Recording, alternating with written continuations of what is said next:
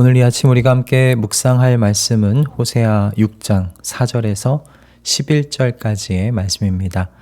이 말씀 함께 읽고 오늘 우리에게 주시는 하나님의 말씀의 은혜를 함께 나누도록 하겠습니다. 에브라임아, 내가 너를 어떻게 하면 좋겠느냐? 유다야, 내가 너를 어떻게 하면 좋겠느냐? 나를 사랑하는 너희의 마음은 아침 안개와 같고 덧없이 사라지는 이슬과 같구나. 그래서 내가 예언자들을 보내어 너희를 산산조각 나게 하였으며 나의 입에서 나오는 모든 말로 너희를 죽였고 나의 심판이 너희 위에서 번개처럼 빛났다. 내가 바라는 것은 변함없는 사랑이지 제사가 아니다.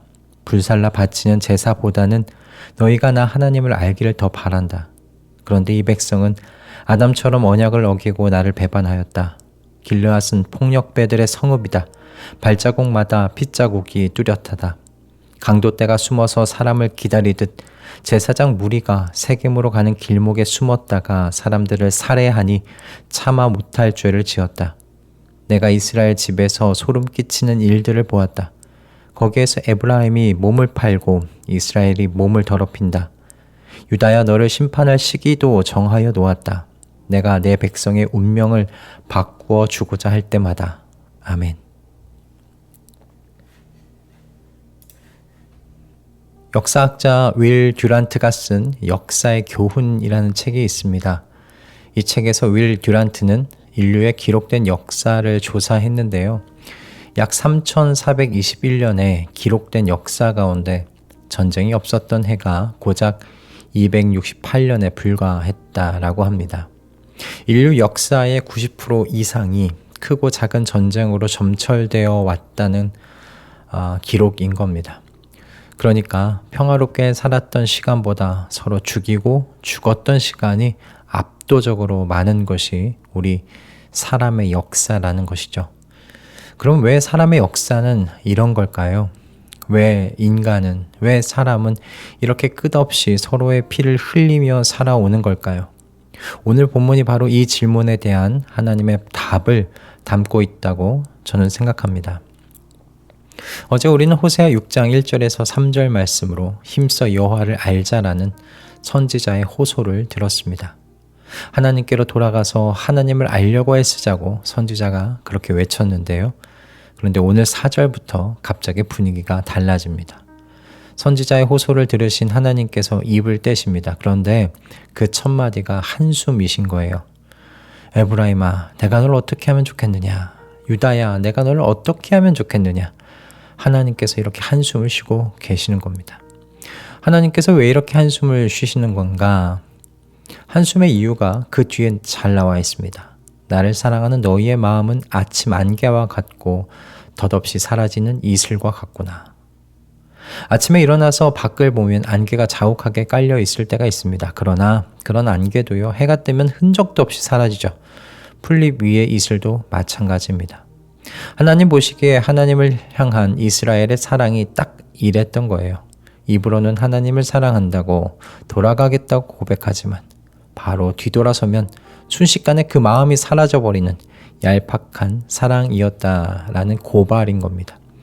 그래서 하나님께서 탄식하시면서 이스라엘에게, 그리고 오늘날 저희들에게도 하나님께서 정말 원하시는 것이 무엇인지를 말씀해 주시는 건데요. 그것이 무엇인지 6절 말씀에 너무나 잘 나와 있지요. 하나님께서 저희에게 원하시는 것은 제사가 아니라 인애, 헤세드다라는 겁니다. 내가 바라는 것은 변함없는 사랑이지 제사가 아니다. 불살라 바치는 제사보다는 너희가 나 하나님을 알기를 더 바란다. 아멘. 하나님께서 제사 자체를 싫어하신다는 말씀이 아니라는 건 여러분도 잘 아시리라 생각합니다. 제사가 하나님께서 직접 제정하셨던 예배 방식인데 하나님께서 제사 자체를 싫어하실 리가 만무합니다. 제사가 문제가 아니라 제사를 드리는 이스라엘 백성에게 문제가 있었던 거죠.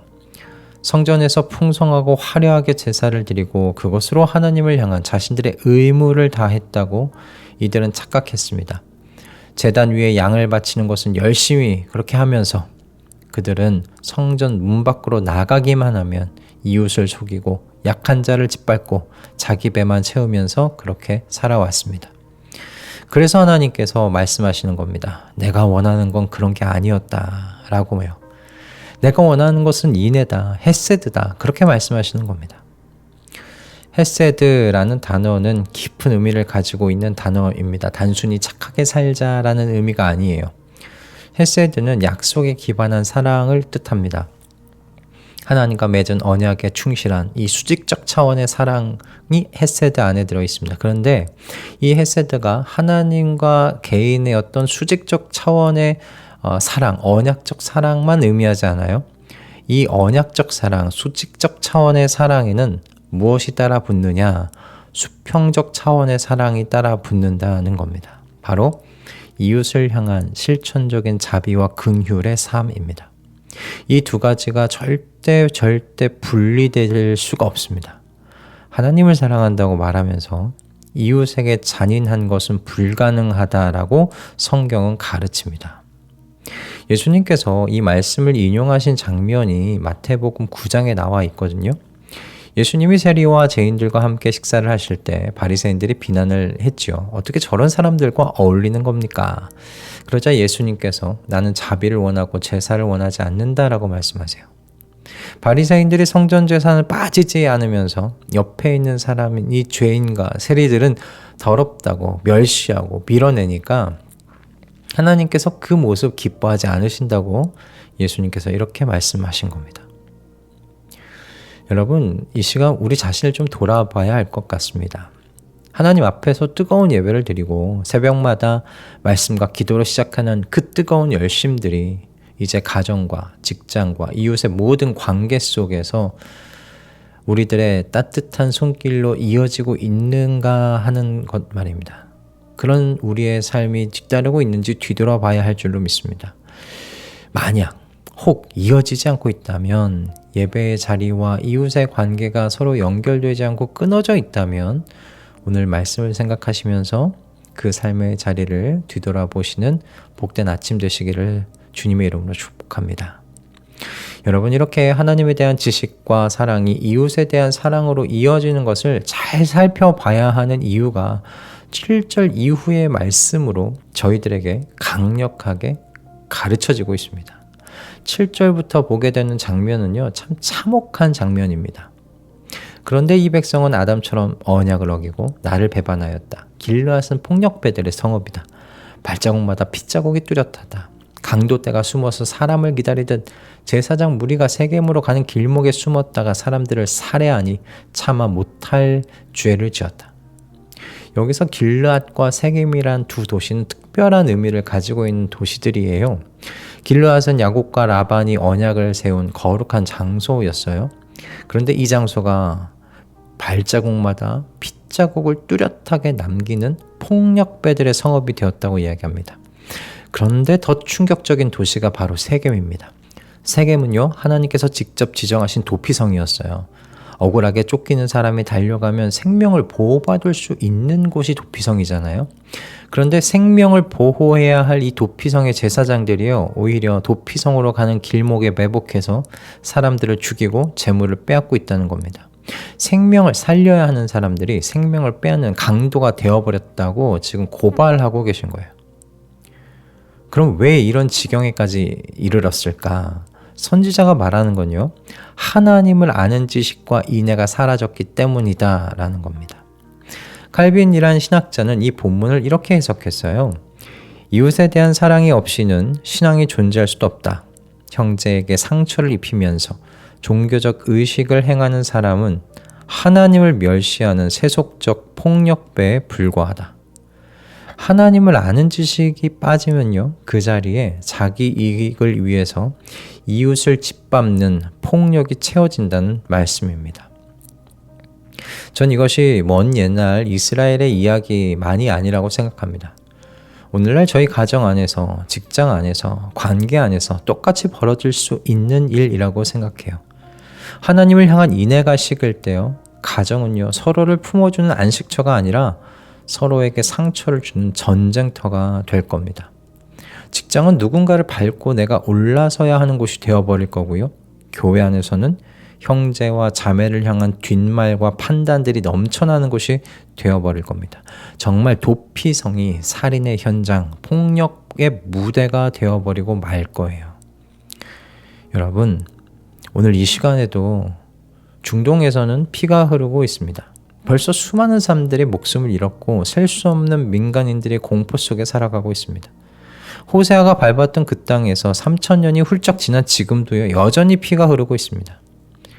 정말 윌 듀란트가 인류의 기록된 역사 3421년 중에 고작 268년만 평화로웠다라고 말한 바로 그대로입니다. 이유는 호세아 선지자가 진단한 바로 그대로가 아닐까 생각합니다. 하나님을 아는 지식과 인애가 없기 때문입니다. 하나님의 마음을 모르는 사람들의 역사는 결국 이렇게 서로의 피를 흘리는 역사가 될 수밖에 없는 거죠. 여러분, 이 피의 고리를 끊어내는 저희가 되십시다. 힘써 여호와를 알고자 함으로 그렇게 알게 된 하나님을 아는 지식이 어디로 흘러가야 하는지 오늘 본문의 말씀이 잘 알려주고 있지 않습니까? 여러분, 하나님을 아는 바로 그 지식은요, 반드시 이웃을 향한 인애, 사랑으로 증명되어져야 합니다. 예배당 안에서의 눈물이 예배당 밖에 따뜻한 손길로 이어질 때 비로소 하나님께서 그래, 이게 내가 원하던 것이다, 내가 원하던 제사다 라고 기뻐하시리라 믿습니다. 이 새벽 하나님을 아는 지식이 이웃을 품는 인애로 흘러나오는 하루를 살겠다고 그렇게 결단하시는 우리 모든 말씀동행 가족분들이 다 되시기를 주님의 이름으로 축복합니다. 할렐루야. 기도하겠습니다. 주님, 아침 안개처럼 쉬이 사라지는 얕은 사랑으로 주님을 대해온 저희를 용서하여 주시옵소서. 이 새벽 주님이 원하시는 건 화려한 예배가 아니라 이웃을 품는 사랑임을 다시 생각하게 해 주셨습니다. 그러니 주님을 아는 지식이 저희의 가정과 일터와 모든 이웃과의 관계 속에서 따뜻한 손길로 흘러나오게 하여 주시고 봄비처럼 이 땅을 적시는 사랑의 통로로 살아갈 수 있도록 주님 저희 모두를 축복하여 주시옵소서. 예수 그리스도의 이름으로 기도드립니다. 아멘.